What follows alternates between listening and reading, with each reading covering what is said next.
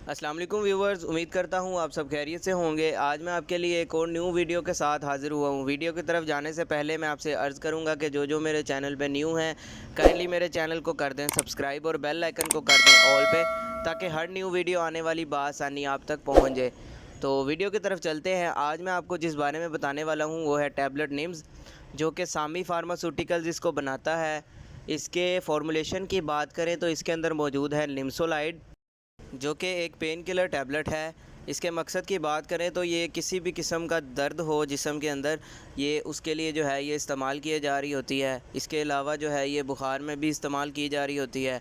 जिस्म के किसी हिस्से में, मतलब आपके सर में अगर दर्द है तो उसको भी ये ख़त्म करती है। उसके अलावा जो है किसी के अगर जोड़ों में दर्द है तो उसमें भी ये उसको ख़त्म करती है।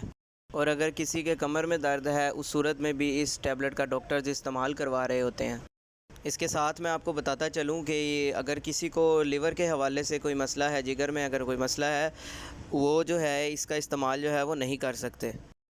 अगर निम्सोलाइड की बात करें तो इसी सॉल्ट में जो है आपको अच्छी कंपनीज़ में भी और भी मिल जाती हैं।